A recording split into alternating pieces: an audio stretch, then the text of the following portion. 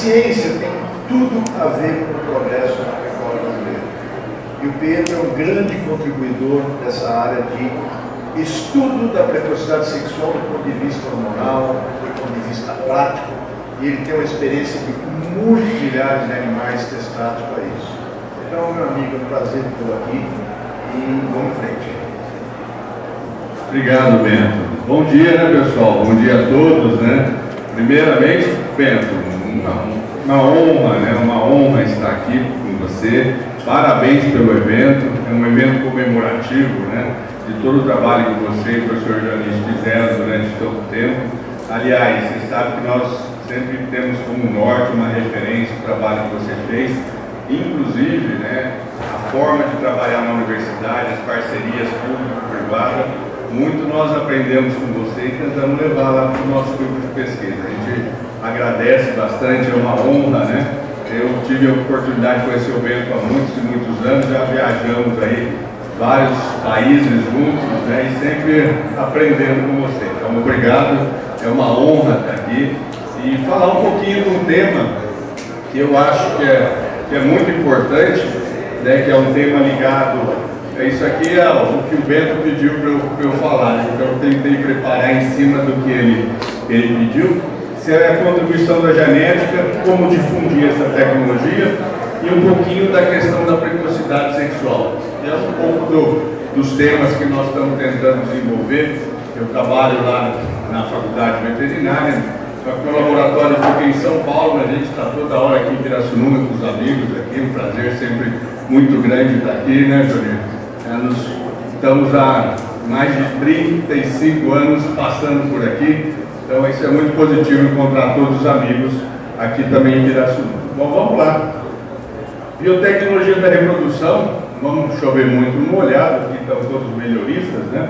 É logicamente a questão da identificação desses indivíduos e a multiplicação desses indivíduos de uma forma de alta frequência e eficiência. E aí, pessoal, a maior biotecnologia aplicada no mundo é a inseminação artificial, 250 milhões de inseminações a gente faz no mundo, tá? E vou mostrar os dados no Brasil. E a transferência de embriões, bovinos aí, eles vão estar chegando agora a 3 milhões de embriões transferidos no mundo, no Brasil 1,2 milhões, a gente vai mostrar para vocês esses dados. São as biotecnologias da reprodução que multiplicam o que vocês, melhoristas, né, identificam. Então, é muito importante conversar mais entre quem multiplica e quem seleciona. Você sabe que, historicamente, a gente não conversa muito, né? Cada um trabalha na sua área, mas deveria conversar muito mais, né? Porque multiplicar, isso sempre foi uma demanda muito importante aqui no setor. Bom, nós vamos falar então, o primeiro tópico que o Bento pediu para falar, a contribuição da genética e como acelerar a difusão. Então, o que eu vou trazer para vocês? Números de como é que anda o mercado da difusão do material genético que vocês produzem como melhoristas, né? Então, vamos começar aqui com o mercado da inseminação e da transferência de embrião no Brasil, leite corte, mas vamos lá. Evolução do percentual de matrizes inseminadas no Brasil. Então aqui tem uma coisa bem interessante já, que mostra que nós estamos aumentando o percentual de matrizes inseminadas. Esse é um trabalho que a gente faz, acompanha esse mercado desde 2002. Eu conto muito com a colaboração das BIA. As BIA sempre passam a informação para que a gente tenha o número de doses inseminadas. A gente faz os cálculos em cima de anuários, eu uso sempre o anual PEC para não mudar a frequência, mudar o número de animais, que cada anuário tem um valor diferente. Mas vejam, a gente inseminava 4,4 milhões de matrizes e chegamos aqui a 17 milhões de matrizes em 2001, que foi o auge da inseminação. Então a gente faz esse cálculo usando 1,6 doses por fêmea em reprodução e uma evolução significativa, né? Então vejam que o Brasil, nesse período aqui, né, se passar o slide aqui, aconteceu um probleminha, acabou? Não. Aí. Bom, nesse período, nós tivemos aqui um aumento significativo, aí, de 4 vezes na quantidade de fêmeas disseminadas. A gente disseminava 5, 6% do rebanho e e hoje estamos inseminando 23%. Ainda quase 80% é por monta natural, mas houve uma evolução bastante significativa aí na questão da inseminação artificial. Bom, olha essa particularidade da comercialização de sêmen no Brasil. Em vermelho está o percentual de sêmen de corte comercializado e o percentual de sêmen de leite. Também esse universo que a gente calcula aqui desde 2002 até agora 2024. Veja que o Brasil historicamente sempre inseminou mais, vendeu, comercializou mais sêmen de corte. O leite ensaiou aqui uma reação, mas recentemente aqui vocês podem ver que o mercado se estabeleceu hoje de uma forma bastante, sei que está passando, mais corte do que leite. Então, só recapitulando para vocês que nós temos aí um mercado muito forte vendendo sêmen de doses para corte comparado com leite. Próximo, por favor. Bom, percentual de fêmeas de corte inseminada. Foi uma grande revolução, né? Nós passamos de 6% para 25% a quantidade de doses inseminadas. Por favor, próximo. Em leite, nós passamos de 5% para 12%, e aqui chama atenção um número, né? Vocês viram que nós inseminamos percentualmente mais matrizes de corte do que de leite. Isso aí, no mundo, é muito raro de você ver um número como esse. Geralmente, a gente insemina mais leite do que corte. Por que isso? Principalmente porque hoje nós desenvolvemos uma tecnologia que funciona muito bem para corte, que é a IATF, e outro, o leite é caracterizado por 18 milhões de matrizes, como está ali o número da OPEC, mas desses 18 milhões de matrizes, 3 milhões são tecnificados, os outros são leite de baixa tecnologia que acabam usando a inseminação artificial. Então, quando você coloca todo mundo, o percentual é menor. Então está aí os números para a gente pensar um pouquinho na questão da inseminação artificial e corte de leite. Próximo, por favor. E aqui então o número, próximo, por favor, o número de animais, será que não vai passar isso aqui não?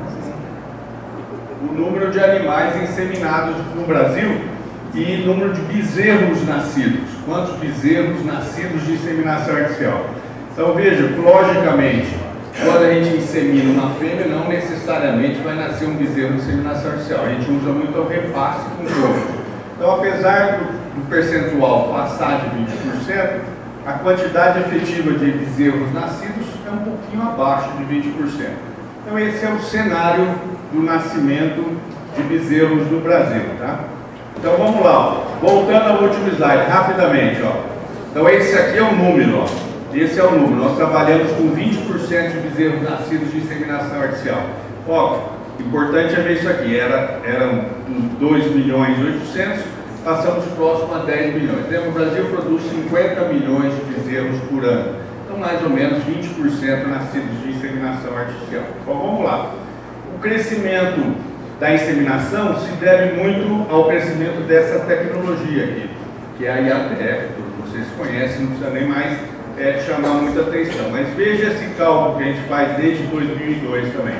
Se nós pegarmos aqui o mercado de inseminação em 2002, dados das BIA e dados das empresas que a gente colhe há quase 25 anos, todos os anos as empresas passam o número de protocolos comercializados para o nosso laboratório, a gente calcula esse número. Veja, ó, em 2002, somente 1% das 7 milhões de doses comercializadas no Brasil estavam relacionadas ao protocolo de IATF.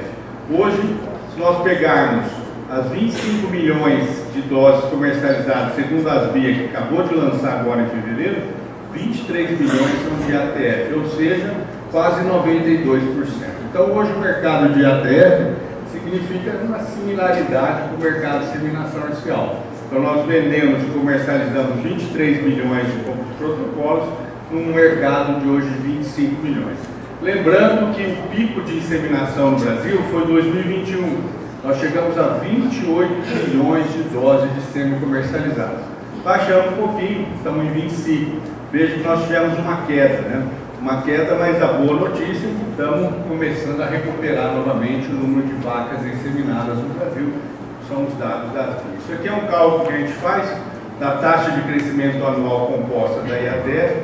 Veja que tecnologia interessante, ela cresceu 26,7% ao ano nos últimos 24 anos. Então, uma tecnologia que cresce na aplicação de 26,7% ao ano é que realmente ela foi incorporada pelo sistema de produção. Então, lembra, nós passamos de 100 mil protocolos para 20, já chegamos a comercializar 26 milhões de protocolos no Brasil. Tivemos mais volta aqui, ó, essa queda aqui nos últimos 2 anos, mas estamos recuperando novamente o mercado. Ok? Transferência de embrião, que é outra importantíssima tecnologia de multiplicação de material genético de alta qualidade. Veja os dados da Sociedade Brasileira de Tecnologia de Embrião: 50 mil embriões em 2000 e agora em 2023, 1,2 milhões. Tivemos um aumento de 24 vezes a quantidade de embriões bovinos transferidos no Brasil. Espetacular, né? Vejam que aqui, 99% em 2000, o embrião era produzido em vivo, onde a gente superovulava, lavava o útero, colhia o embrião.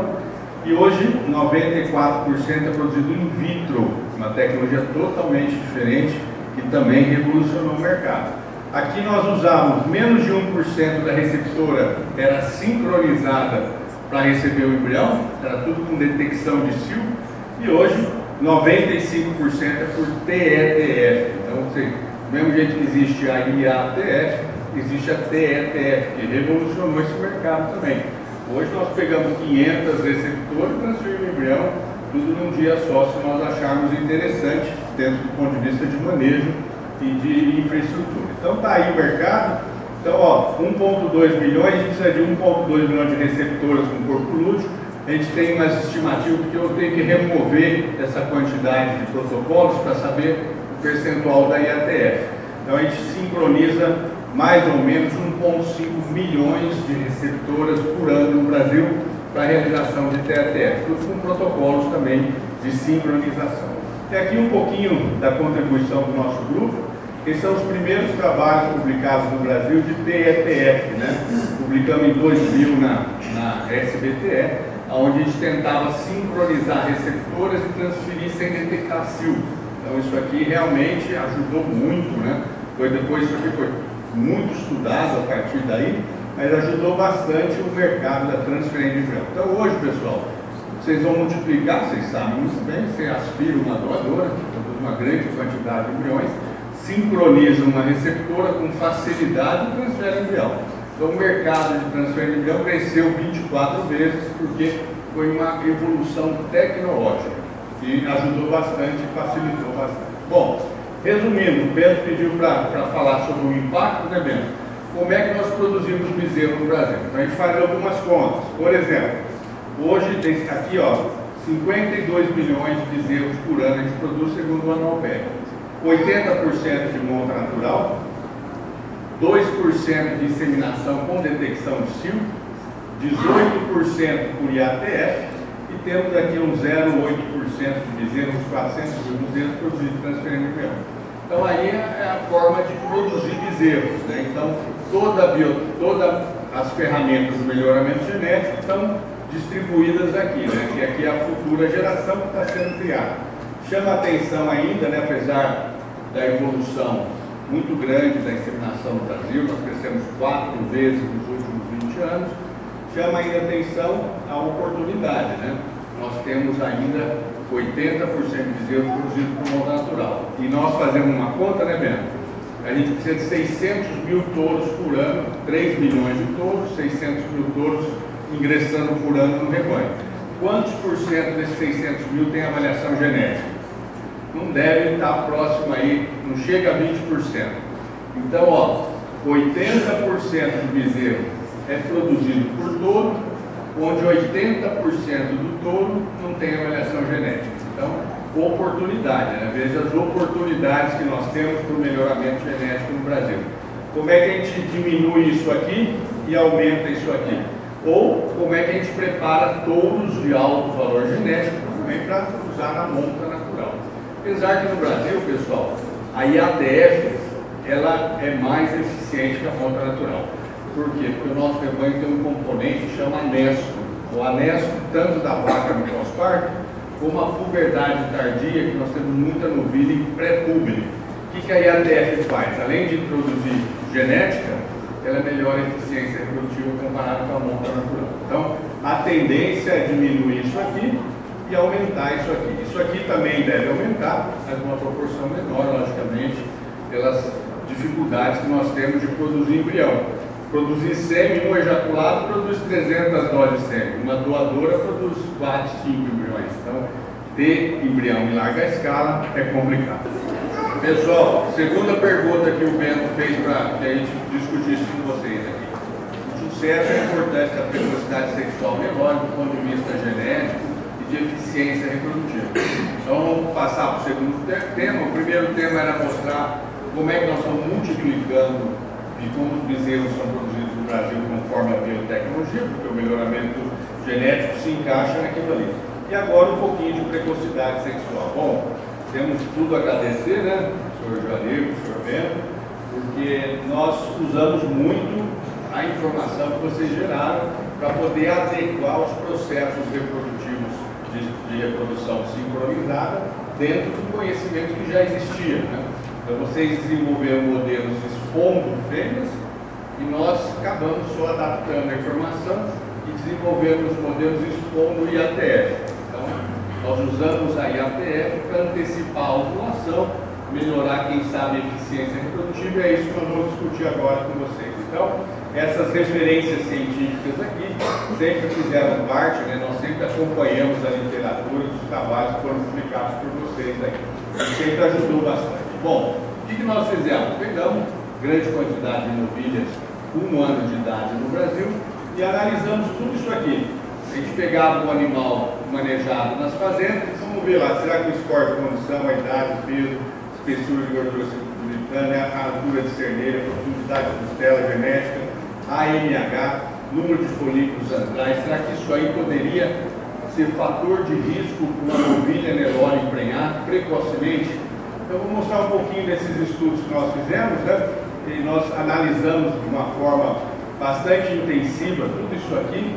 Nós começamos esses trabalhos mais ou menos em 2010, 2011. Nós tentamos usar o máximo possível de animais, então a gente usava 1000 novilhas Nelore, 2000 novilhas Nelore, todas tentávamos levantar o fenótipo, desafiávamos ela com reprodução e identificávamos quem emprenhava, quem não emprenhava e via um fator de risco para que ela emprenhasse ou não. Então era isso que a gente fazia, sabendo que a novilha é a categoria mais evoluída geneticamente, então logicamente tem que ter uma atenção especial que é o futuro da genética da fazenda. Okay? Olha o dado lá do Sérgio Desenho, lá da Exalc e do Thiago, eles têm um benchmark muito interessante e aqui vai mais um gargalo na nossa pecuária. O gargalo da nossa pecuária aqui, segundo esse estudo em vários países, acho que são vários países, Canadá, Quênia, Argentina, Austrália, olha aqui o Brasil onde está em termos de idade ao primeiro parto. Então nós poderíamos estar como esses países aqui, que elas parem com 2 anos, mas nós estamos ainda de 3 anos e meio a 4. Então esse é então um gargalo da nossa pecuária. Eu acabei de ir agora numa fazenda no Pantanal, lá para cima, e eles estão emprenham com 3 e param com 4. Tem fazenda no Brasil, milhares de animais ainda emprenhando com 3 e parindo com 4. Então, isso aqui tem que ser mudado. A eficiência reprodutiva é um dos alicerces, né, da produtividade por hectare. Então, essa que é a ideia. Bom, eficiência produtiva e ganho genético para essa categoria espetacular. Vou pegar uma fazenda de 2.000 hectares, 1.000 matrizes, produzindo 700 bezerros, aqui em unidade animal por hectare, ela ocupando 1.200 hectares da fazenda. Depois tem a novilha de 1 a 2 anos, 2 a 3 anos e de 3 a 4 anos. Então veja, emprenhar com 3 e parir com 4, você tem muito animal comendo sem produzir. E a recria aqui acaba sendo, ocupando 41% da terra da fazenda. Qual que é a ideia, logicamente? Remover 2 categorias, emprenhar ela com 1 ano para ela parir com 2, nós não teríamos mais essas categorias. O que vai acontecer com a fazenda? Nós vamos liberar a área, essa área liberada vai caber em unidade animal mais 433 vacas, porque ela não tem só novilhas de 1 a 2 anos, diminui para 21% a retina e aumenta em 43% a quantidade de produção por hectare, então reduzindo a idade da primeira concepção. Então essa é a ideia. E olha esses cálculos que nós fazemos também. Se nós pegarmos a pecuária no Brasil, estão 170 milhões de hectares. A cria é vaca, novilho em crescimento, touros, ela ocupa 120 milhões de hectares. São todos os levantamentos que nós fizemos. Vamos supor que a gente diminua de 4 para 1 ano a idade de primeira concepção. O que vai acontecer? Nós vamos liberar 30 milhões de hectares de pastagem no Brasil, com uma redução de 18%. E se a gente aumentar a prenhez de 60% para 80% dessas 60 milhões de vacas, nós diminuímos, veja que reduzir a idade da primeira concepção, do primeiro parto, tem um impacto maior na ocupação da terra do que aumentar a prenhez de 60% para 80%. Porque é muito demorado a novilha ficar comendo para parir com 4 anos, ocupa muita terra, e unidade animal. Conclusão, melhorar a eficiência reprodutiva poderia economizar 45 milhões de hectares de pastagem, ou produzindo 60 quilos hectare, que é o que o Brasil produz hoje, a gente poderia produzir aqui 3 milhões de toneladas a mais, que variam 12 bilhões de dólares. Vocês sabem que o Brasil está atrás dos Estados Unidos agora por 1 milhão de toneladas, né? Nós estamos encostando os Estados Unidos. Nós estamos nos Estados Unidos por 12 milhões de toneladas, o Brasil está produzindo agora próximo de 11 milhões. Se a gente corrigir 2 índices zootécnicos, a gente passa os americanos com a mesma área de produção. E só chamando a atenção, o impacto é maior na redução da idade da primeira concepção do que até o aumento da taxa de prenhez. Então, mais uma vez, ó, o PP14 aqui, ó, tanto que poderia impactar aqui se fosse usado com mais frequência. Mas aí uma pergunta: quantos por cento das novilhas no Brasil são hoje, entram em reprodução com 1 ano de idade? Então, falando de novilhas de corte. A gente estima aí que não chega ainda a 5%. Então, nós temos aí 20 milhões de novilhas, 5% a gente reproduz ela com 1 ano. Só que era 1%, mesmo assim, aumentamos 5 vezes em 10 anos. E devemos aumentar. Isso é uma tendência que eu acredito que vai acontecer, porque os ganhos são muito fortes e vai daquela ideia de vocês aí de trazer a concepção mais cedo possível, né, com todos esses impactos produtivos. Bom, outro impacto, vocês têm programa de melhoramento genético, nasceu a bezerra. Se ela emprenhou com 3 anos, vai parir com 4, em 4 anos ela trouxe um bezerro. Pariu a bezerra. Ela emprenhou com 2, pariu com 3, pariu com 4. Você já dobrou a produção em 4 anos. E as nossas PP14 aí? 1, 2, 3, quer dizer, produz muito mais bezerros em 4 anos. Isso é um fator. O fator do ganho genético é o segundo fator. O intervalo de geração aqui, 4 anos. Então o programa de melhoramento de vocês demoraria 4 anos para trazer resultado. Aqui, 3 anos. Aqui, em 4 anos, você deu 2 saltos de ganho genético. Então você dobra o ganho genético usando animais jovens. Então essa que é a ideia. E eu fiz mais um cálculo aqui para trazer para vocês aqui. Olha que interessante esse cálculo aqui. Nasceu a mesma bezerra, certo? Ela pariu com 1 ano e a bezerra dela que nasceu, 50% da fêmea, pariu de novo. Então, intervalo de 4 anos. Em 8 anos, você produziu aqui os bezerros da primeira e um bezerro da segunda. Veja, se você passa para 3, olha o que acontece. Elas vão parindo antes, em 8 anos elas já parem novamente e você aumenta de 5,5 para 9. Agora, olha as PP14. A mesma bezerra pode trazer em 8 anos 80 a 20 animais, enquanto que no Brasil traz 5. Então vejam o impacto, né? É um ganho exponencial. Então vejam o quanto que isso aqui pode trazer. Isso aqui introduzido para o melhoramento genético é espetacular, né? Então aquele indivíduo em 8 anos traz muito mais descendentes do que os modelos com baixa eficiência reprodutiva. Isso aqui é muito interessante do ponto de vista de produção. Nós pensávamos em produção, mas do ponto de vista de ganho genético, né? Você deixa muito mais descendentes daquele indivíduo. Bom, Quando emprenhar então a fêmea, quanto mais precoce possível. Qual que é melhor aqui? Logicamente a melhor não é a mãe, é a filha, se nosso programa de melhoramento genético está evoluindo. Então hoje existem inúmeras tecnologias que fazem até a produção de embrião de clones, né? De embrionários. Você pode diminuir o intervalo geracional. Mas aqui, 10 anos atrás, nós fizemos um estudo tentando multiplicar essa bezerrinha aqui, né? Então, qual que era a ideia? Usar um animal jovem, né? Então, junto com o Júlio, que fazia aspiração de ovelha, nós fizemos um projeto. Veja o ovário de uma bezerrinha superovulada. Olha quantos folículos, né? Uma bezerrinha superovulada, nós chegamos a colher 50 ossos. Ela tem 2 meses de idade. 50 ossos. Logicamente, hoje, por exemplo, os programas de melhoramento genético dos Estados Unidos estão conseguindo produzir 10 embriões de uma bezerra de 2 meses. 10 embriões de uma bezerra de 2 meses. Nós, nessa época, aqui produzimos 2, 3, Nelore 4, mas eles estão evoluindo no conhecimento. Pega uma bezerra genômica recém-nascida e começa a produzir embrião. O intervalo de geração aqui cai para 1 ano, porque a gente pega o embrião dela com 2 meses, transfere na receptora, quando ela tiver 1 ano, ela já é mãe. Então você diminui. A super precoce é 2 anos de intervalo de geração. Aqui nós estamos falando de intervalo de geração de 1 ano. Então se acelera o ganho genético. Então veja aqui, ó, lá no seu Carlos Viacava, onde nós fizemos o primeiro estudo, já faz 10 anos, essas bezerrinhas aqui que nasceram lá no seu Carlos, elas foram produzidas no embrião de uma bezerra de 2 meses.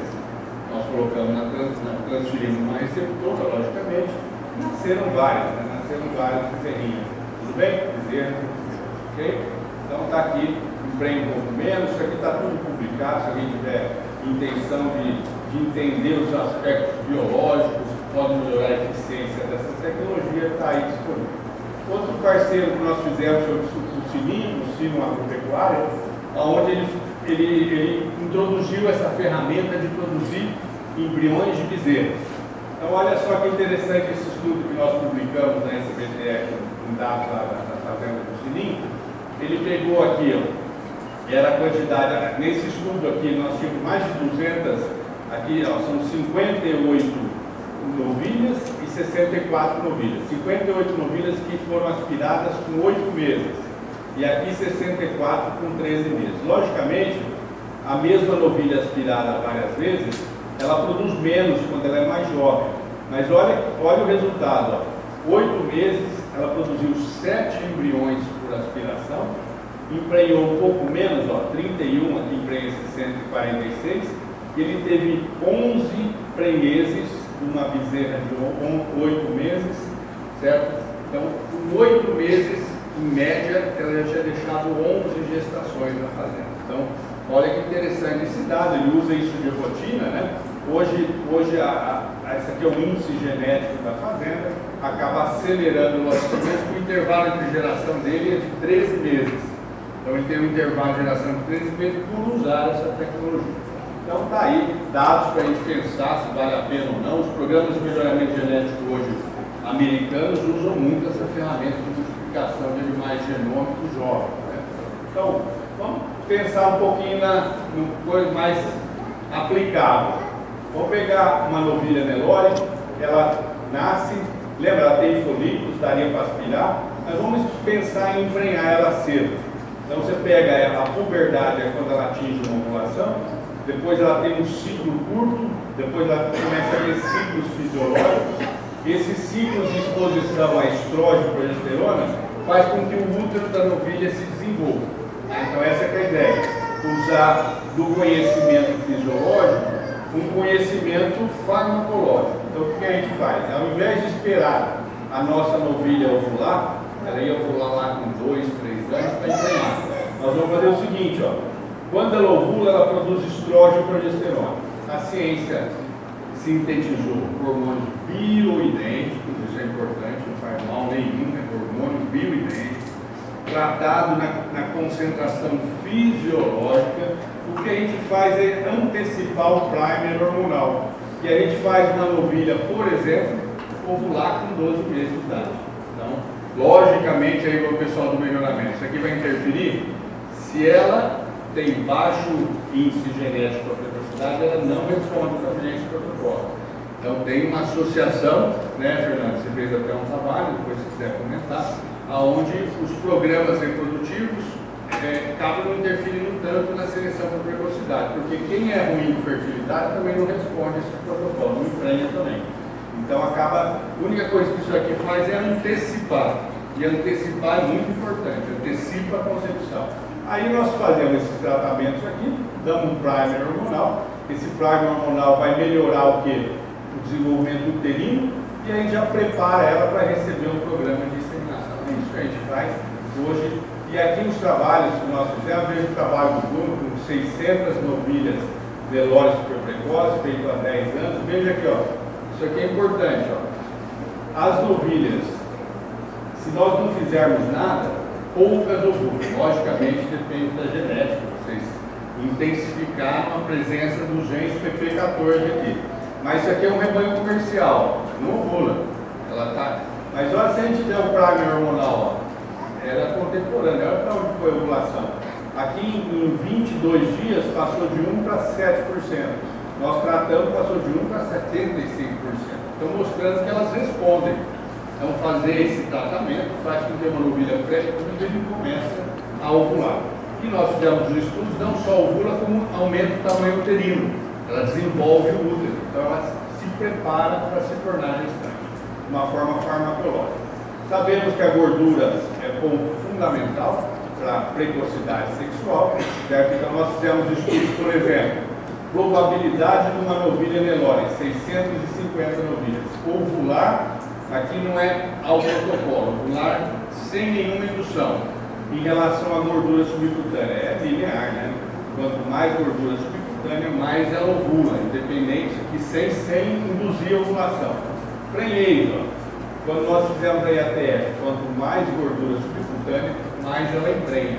A gordura é um grande marcador de precocidade sexual, como vocês já sabem, e aí a gente vai trazer mais uns detalhes. Ó. A gordura é um órgão endócrino, ela produz leptina, leptina ativa desde o neurônio expectino até o GNRH, aumenta a liberação desses hormônios que são importantes para o crescimento folicular, cresce o folículo, produz estrógeno, desenvolve o útero e emprenha a novilha. Então, a gordura é a chave inicial para o início da reprodução.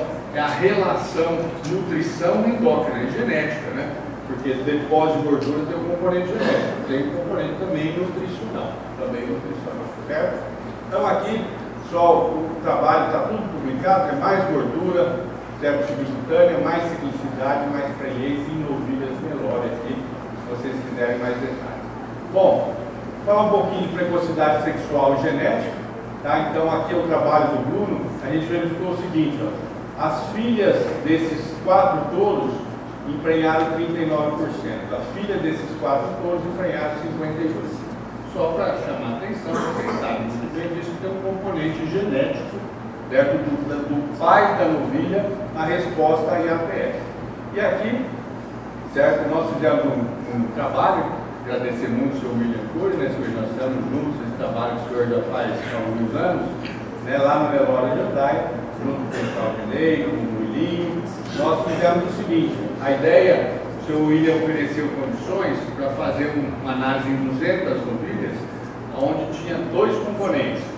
Foi pego o PP14 como referência, nós classificamos precoce e não precoce.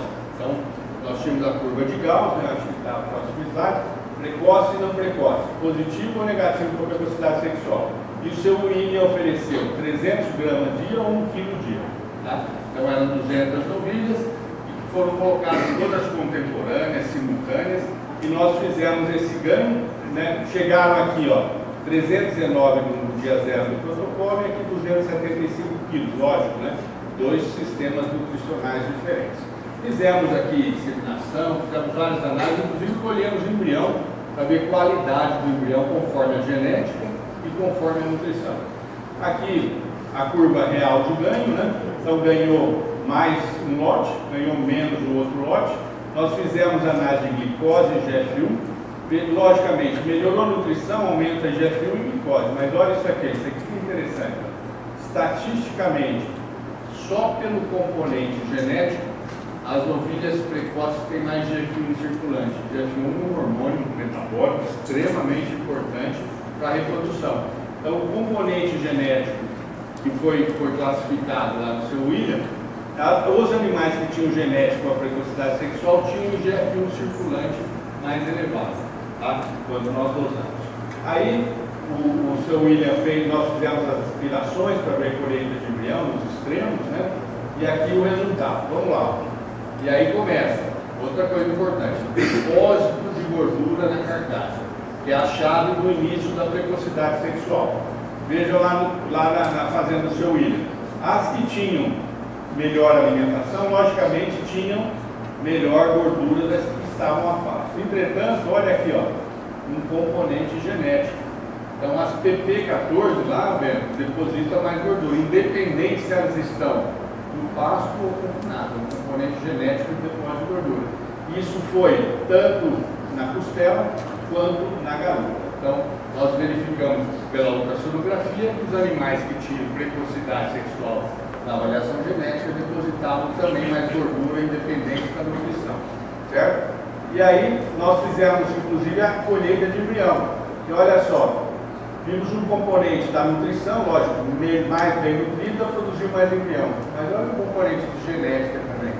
As que tinham genética para precocidade, nós usamos o mesmo dia de aspiração, lá o Claudinei aspirou, o mesmo touro, o mesmo laboratório. Quem tinha a classificação para precocidade sexual, geneticamente falando, produziu mais embrião também. Tá? Então, foi feito tanto da nutrição quanto da genética. Olha agora um pouco mais técnico. A novilha que responde a um protocolo de ATF tem que ter um folículo grande. Olha o tamanho do folículo aqui, ó. Temos efeito de nutrição e de genética para tamanho de folículo no protocolo de sincronização. Olha o tamanho do útero. Nós vimos um componente de diâmetro de útero. As que são precoces sexualmente têm um útero mais desenvolvido que as que não são precoces sexualmente. São todos dados importantes. E quando fomos ver a prenhez, vimos uma interação. Quando a nutrição é boa, não expressou a genética. Mas quando estavam a pasto, ó, as que tinham genética para precocidade sexual emprenharam. Aí, mostrando que a gente hoje recomenda no programa, não é só nutrição, é usar um touro que tenha característica da precocidade sexual, senão você não completa a sua prenhez aí dentro da fazenda. Então, isso aqui foi tudo publicado também, gordura subcutânea, embrião, diâmetro, prenhez, se vocês quiserem, está disponível. Outra coisa que é bem polêmico, eu sempre ligo com o Bento aí, né, Bento? A questão da conversão alimentar e fertilidade. Então vamos falar de novilha e de macho, de tourinhos menores jovens, com relação à eficiência, né, eficiência de conversão alimentar. Então esse é um trabalho que nós já publicamos já há alguns anos, lá com o Zé Roberto da Hora Agropecuária. Então o Zé ofereceu para a gente mais de 500 novilhas, todas confinadas, para a gente fazer os estudos. Aí eu vou mostrar os dados para vocês. E fizemos o CAR desses animais. Então, confinava, depois que confinava, classificava elas conforme conversão alimentar, e aí a gente entrava com programas de inseminação, inseminando com o mesmo sêmen no mesmo dia, para tirar tudo quanto é tipo de efeito, para ver se o CAR estava interferindo na fertilidade. Então, fizemos o CAR lá, essa primeira análise, a Bruna, vocês vão ter todas as teses da Bruna, alta eficiência e baixa eficiência. Mas vamos lá, a danada da gordura lá de novo. Se você pega uma novilha de alta eficiência, ela estatisticamente deposita menos gordura. Tá? Lembra que a gordura é o start do processo, né? Então ela depositou menos gordura. Ela emprenhou menos, tanto na primeira inseminação quanto na segunda inseminação. E ela emprenhou menos na prenhez acumulada. Então, a gente viu os efeitos negativos, né, dos animais que são mais eficientes, porque eles acabam depositando a gordura. Cresce mais crescimento e menos gordura. E gordura é o start da reprodução, né, meu? Já discutimos bastante sobre isso. Aqui, ó, são 443 novilhas velozes de 14 meses, lá no Zé Roberto, todas elas no sistema de análise de conversão alimentar. E nós classificamos como tardia e precoce pela resposta delas em fertilidade. Então Então, nós desafiamos para a fertilidade. E tínhamos 231 tardias e 212 precoces. Logicamente, ó, tardia, veja, ó, elas são mais eficientes para a conversão. As precoces, menos eficientes. Então, mais um trabalho que nós fizemos na tese da Bruna, com o maior número de animais, que acabou confirmando novamente o que a gente tinha. Aqui nós usamos uma ferramenta que chama metabolômica. Então a gente tenta separar os animais precoces ou não por um perfil metabólico. Então, essa é uma linha de pesquisa que nós estamos fazendo. E aqui o dado da tese da Bruna mostrando que nós tivemos uma acurácia de 74% em identificar numa amostra feita antes do confinamento se os animais eram precoces ou não pelo perfil metabólico. É isso que nós estamos estudando hoje. Rapidamente vamos passar para macho. Esses são os tourinhos que nós usamos também na tese da Bruna. Lá no silo agropecuário são 130 touros. Todos esses touros também, eles são 128 touros. Eles entraram com 11 meses no processo de avaliação e saíram com 13 meses. Os pesos estão aí. Nós avaliamos tudo de novo. A conversão alimentar, fizemos toda a avaliação reprodutiva, depósito de gordura, fizemos circunferência escrotal e não só isso, aí nós classificamos os touros como tardios e precoces pela produção espermática. Quem produziu sêmen antes e quem produziu sêmen depois. Bom, fizemos as análises, aqui só um pouquinho para vocês entenderem os estudos.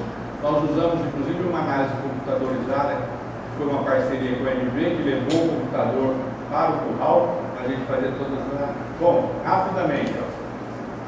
No dia menos 70 nós não vimos nenhum fator fenotípico, mas veja aqui, ó, no dia 0, perímetro escrotal, quem era precoce teve o melhor perímetro escrotal, como os trabalhos que vocês já tinham feito, certo? E quando a gente analisou conversão alimentar, aí aqui tem mais um efeito aqui, ó. Quando analisamos conversão alimentar, mais uma vez, ó, estatisticamente, também no macho, os machos que têm melhor conversão acabaram sendo os machos tardios. Tiveram pior conversão, os machos que atingiram a precocidade sexual mais alta. Logicamente, isso aí é um estudo, apesar do N grande, a metodologia, acende uma luz amarela aí para a gente pensar se vale a pena ou não fazer isso para precocidade sexual, tanto de macho quanto de fêmea. E tem na literatura, vocês sabem, isso aqui é tudo trabalho na literatura que suportam, né, esse dado aqui que nós estamos passando para vocês, apesar que esses aqui são em taurinos, né, esses dados que nós usamos são em zebuínos, certo? E para finalizar, olha só, colher uma amostra de um touro Nelore antes dele entrar no teste de avaliação, deu uma acurácia de 94% em predizer se ele vai ser precoce ou não pela metabolômica. Olha que interessante esse dado. Nós colhemos uma amostra antes dele entrar no teste de eficiência alimentar e avaliamos a precocidade sexual aqui. E aí está o resultado. Então, 94% é acurácia. A metabolômica é um teste adicional à genômica, a todas as outras características que pode ajudar a gente a aumentar a acurácia da identificação de animais precoces. Essa que é a ideia do trabalho que nós fizemos para a tese da Bruna. Então aqui, essas características de eficiência alimentar e fertilidade são antagônicas? Não sei, parece que sim, né? Mas para a gente discutir isso com mais detalhes, mas tudo indica, né, que são antagônicas e a gente tem que ponderar isso nos programas de seleção. Bom, terminando, pessoal, olha o que está acontecendo com as ovelhas precoces hoje. Isso aqui é um benchmark, isso aqui varia muito. Elas não emprenham 50%, primeira, segunda e terceira, mas com 3 inseminações estão emprenhando 83%, estão tendo uma perda gestacional, está parindo 73%. Isso aqui é mais ou menos o que acontece. Dá para melhorar isso? Dá para melhorar. Tem fazendas que não atingem isso aqui de jeito nenhum, que não está preparado, mas isso aqui fecha a conta. Se tiver um resultado como esse, fecha a conta de fazer novilha super precoce, porque a gente precisa de 15% de animais para reposição. Bom, emprenhando a novilha tem outros problemas, não estava ali o problema. Será que nós temos problema de distocia? E temos problema de distocia. Nós trabalhamos bastante parceria com a Agropecuária Jacarezinho, e idade do animal. Se o animal é muito jovem quando emprenha, 10 ou 11 meses, a chance de distocia, o ponto de corte que foi 13,6, aumenta, chega até aumentar 4 vezes, né? Então, cuidado com distocia. O que interfere em distocia? Idade, está aí, mostrando para vocês.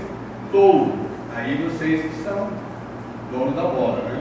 Cadê a informação que esse touro aqui deu 14% de distocia e esses touros aqui, que eu tampei o nome aqui, mas deram tudo 0% de distocia. Então, tem, logicamente, um componente genético na escolha do touro para as precocinhas. Tomar cuidado, e a informação de peso é importante. Olha quanto nós tivemos nesses 2.000 partes de precocinha, 18 touros, 4% em média de perda. E agora eu vou mostrar para vocês a regressão que nós fizemos. Ó. Peso ao nascimento e distocia. Aqui o ponto de corte, 31. Se está abaixo de 31, praticamente não tem. Acima de 31, ó, vai para 8% da distocia. E aqui macho e fêmea. A fêmea tem menos distocia e o macho mais distocia. Lógico, o macho pesa 2 quilos a mais. Por que eu estou falando tudo isso? Porque a gente pode usar hoje, pessoal, estamos trabalhando para isso, usar semi-sexado fêmea nas precocinhas, para você diminuir a chance de ter problemas reprodutivos. Isso que nós fizemos, essa é a tese do Gabriel Kempalt, que fez doutorado conosco. Nós estamos usando não só semi-sexado, como uma nova oportunidade de usar o semi-sexado, que é o semi-sexado refrigerado. Então a empresa já prepara a caixa, tudo já vazado, e manda direto para a fazenda. A fazenda abre a caixa e insemina, né? E pode ter resultados acima de 50% com semi-sexado. Ou macho ou fêmea, vocês escolhem macho ou fêmea, conforme o manejo que vocês estão tendo. Então isso aqui já é um trabalho que fizemos há alguns anos, né? Por que eu estou falando isso? Porque olha só, uma fazenda que dá 80% de prejuízo, ela precisa de 25% de descarte, 20% vazia e 5% voluntário. E para ter 20% de descarte, nós temos que ter nossas precocinhas emprenhando 70%. Vocês viram que está emprenhando, nascendo 70%, está emprenhando acima de 70%, certo? Fecha a reposição. Se emprenhar pouco, não fecha a reposição. Por que tudo isso? Olha só o que nós estamos tentando desenvolver de modelo. Então, pega uma estação de monta, tem concepção no primeiro mês, segundo mês, terceiro mês. Que tal usar semi-sexado fêmea aqui no primeiro mês? Você vai ter 30% a 35% de bezerras nascendo precocemente, que vão ser as nossas precocinhas, elas vão ter idade e vão ter peso, porque nascendo na melhor época do ano. Vai usar a habilidade materna, você faz toda a sua reposição. E o que faz com o restante dos animais? Se você quiser, você já fez a reposição. Quer fazer cruzamento industrial, quer fazer cruzamento terminal, você faz o que você quiser. Esse é o modelo que nós estamos tentando desenvolver. Então, pode ser cruzamento industrial ou não, dependendo da fazenda. E olha só que interessante, só vou mostrar um dado bem recente, que a Sofia, nós estamos tocando um projeto junto com a SEXI. Olha só essa prenhez, pessoal. Semi-congelado convencional, 66. Semi-sexado refrigerado, 41. Semi-sexado, congelado, 41. Refrigerados, a mesma prenhez, veja, a mesma prenhez. Então fizemos esses estudos aqui, aonde o semi-sexado refrigerado, ele está tendo concepções elevadas, porque nós não estamos dando estresse na célula, Então, ó, semi-sexado refrigerado. E outra tecnologia que nós estamos testando. Aqui é o touro 1, 2, 3. E aqui é o pool dos 3 touros, sexado refrigerado. Você vê que ele corrige os animais que emprenham menos, ele acaba corrigindo. Bom, aí está no mercado, está à disposição. O importante é ter a informação, quem quiser usar, está à disposição. Nós estamos tentando ajustar esses modelos aí para tentar otimizar. Bom, olha só que interessante esse trabalho do grupo da Lúcia lá de Jabuticabal. 1988 até 2020. Aqui a quantidade de fêmeas expostas jovens. Vê aqui, ó, ela acima de 24 meses está em amarelo claro aqui. E olha as verdinhas aqui, ó, 14 meses. Olha como as fazendas que fazem genética no Brasil estão começando a usar mais uma 14 litros, que é extremamente importante. E aqui é o percentual de animais, ó, 80%, que foram inseminados abaixo de 20 meses. Não foram inseminados, não, foram expostos abaixo de 20 meses. Muito interessante, né? Um modelo aqui que mostra que nós estamos usando tecnologia. Reconceber não é fácil, é uma das primeiras fazendas que nós temos estudos, né? É uma novilha de 2 anos. A novilha de 2 anos, se ela estiver magra, ela não emprenha, mas se ela estiver gorda, ela emprenha. Então, o que nós fizemos? Fizemos um estudo de fator de risco para prenhez, junto com o Bruno lá da Fazenda Jacarezinho, onde nós analisamos 3.600 novilhas primíparas paridas com 2 anos e vimos, por exemplo, agora, acabou de sair esse resultado do estudo que nós estamos fazendo lá, 3 IATF novilhas de 2 anos emprenhando 94%. Quer dizer, só para ter a referência que emprenhar com 14 meses, vocês sabem, é possível, emprenhar com 14 também é possível. Tem um monte de fator de risco, não é fácil, não é para amador, é para profissional. Mas está aí o desenvolvimento científico e tecnológico. E terminando, Beto, você pediu para a gente falar, ó, hoje as biotecnologias da reprodução e a ATF, produção de embriões, TTF, colaboram muito para difundir o que vocês produzem de informação genética. Então estão à disposição, elas estão sendo cada vez mais ajustadas e a eficiência hoje já é bastante interessante. E essas biotecnologias podem, no caso de precocidade, ela pode induzir a precocidade precoce, independentemente de estar selecionando negativamente para essa característica de precocidade sexual, porque aqui é ruim, não adianta sincronizar, que ela não vai ganhar no jeito, é um estudo que o Fernando fez, e ela pode colaborar significativamente. Pessoal, uma coisa, ó, como que a biotecnologia ajuda a super precoce. Você insemina uma novilha de 1 ano, ela ovula 80%, emprenha 48%. Se você não fizer nada, elas voltam em anesto. Aí você passa o ultrassom da vazia, vai dar 80% em anesto novamente. Aí você faz um segundo protocolo, elas ovulam de novo e emprenha mais uns 45%. Se você não fizer nada, elas voltam em anesto de novo. Você faz um terceiro protocolo e você fecha com 80% de prenhez. Mas, hoje, comercialmente falando, precisa fazer 3 inseminações na super precoce e 3 inseminações na primípara super precoce, que também ela tem muito anesto. Então ela responde à primeira inseminação, como ela é uma primípara de 2 anos, ela tende a voltar em anesto. Aí você ressincroniza e assim sucessivamente. Aí você fecha próximo de 80% a novilha e entre 80% e 85% a primípara. Então, as tecnologias de reprodução ajudam na eficiência reprodutiva e na introdução de genética via inseminação artificial. Então era isso. Bento, meus amigos, muito obrigado aí, parabéns pelo trabalho que fizeram. E foi a base, né, a base para que a gente pudesse usar esses estudos que nós fizemos aqui. Então agradecemos, muito obrigado.